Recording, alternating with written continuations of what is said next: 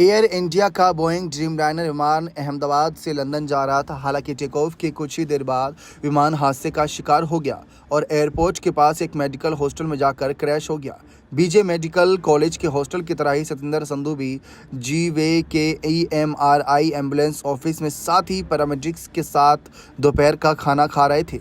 उसी वक्त उन्होंने एक जोरदार धमाका सुना। बाहर भागते हुए उसने देखा कि एक आदमी हॉस्टल की बिल्डिंग के गेट से बाहर आ रहा है और उसके पीछे भीषण आग लगी हुई है। यह आदमी कोई और नहीं बल्कि विश्वास कुमार रमेश ही था। संधू रमेश का हाथ पकड़कर उसे उस जगह से दूर ले गए। इसके बाद से इसका एक वीडियो खूब शेयर किया जा रहा है। संधू ने मीडिया से बातचीत में कहा कि मैंने अपनी टीम से तुरंत एम्बुलेंस भेजने को कहा और मैं मौके पर पहुंचा। जब मैं वहां पहुंचा तो मुझे एहसास हुआ कि एक बहुत बड़ी घटना है। मैंने अपने हेडक्वार्टर को फ़ोन किया और उनसे पुलिस को जानकारी देने और ज़्यादा एम्बुलेंस भेजने को कहा। इस बीच मेरी कमान में 5 एम्बुलेंस मौके पर पहुंच गई। संधू करीब 1 दशक से भी ज़्यादा वक्त से जीवे के EMRI इमरजेंसी एम्बुलेंस सर्विस से जुड़े हुए हैं। वह शहर में 120 एम्बुलेंस में से 20 का कंट्रोल करने वाले सुपरवाइजर हैं। संधू ने रमेश का जिक्र करते हुए मीडिया को बताया कि मैंने सबसे पहले हॉस्टल के चौकीदार को सड़क पर घायल हालत में देखा। हमने उसे उठाया और एम्बुलेंस में से एक में भेज दिया। फिर हमने एक आदमी को जलती हुई हॉस्टल बिल्डिंग के बगल वाले गेट से बाहर आते देखा। मैं उसके पास लेकिन वह अचानक मुड़ गया और दुर्घटना वाली जगह पर वापस चलने लगा।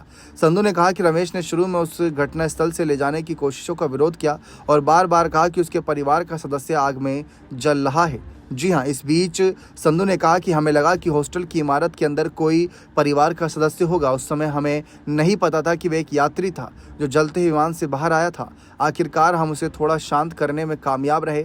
उसे एक एम्बुलेंस में बिठाया और अस्पताल भेजा। उसके चेहरे, हाथ और पैरों पर चोटें थी। उसके शरीर पर जलने के निशान थे, लेकिन वह थोड़ा लंगड़ा कर चल रहा था। अस्पताल जाते समय रमेश ने पैरामेडिक्स को बताया कि उस विमान में था जो अभी भी हादसे का शिकार हुआ। उसने बताया कि वह और उसका भाई UK अपने घर जा रहे थे और वह इमरजेंसी गेट के पास सीट 11A पर बैठा था। हालांकि उसे नहीं पता था कि विमान से कैसे बाहर निकल पाया। संधू ने बताया कि रमेश अपनी इस घटना के बाद सदमे और असमंजस की स्थिति में था। इस घटना को लेकर चर्चा हो ही रही थी। उसका दिमाग अभी भी एक ही बात पर टिका हुआ था कि अपने छोटे भाई अजय को जलते ही विमान से बचाना है।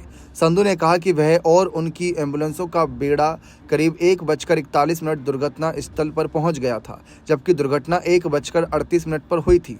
संधू उन लोगों में से थे जो इमारत में सबसे पहले पहुंचे और मलबे में फंसे लोगों या आग में फंसे लोगों को बचाने की कोशिश की।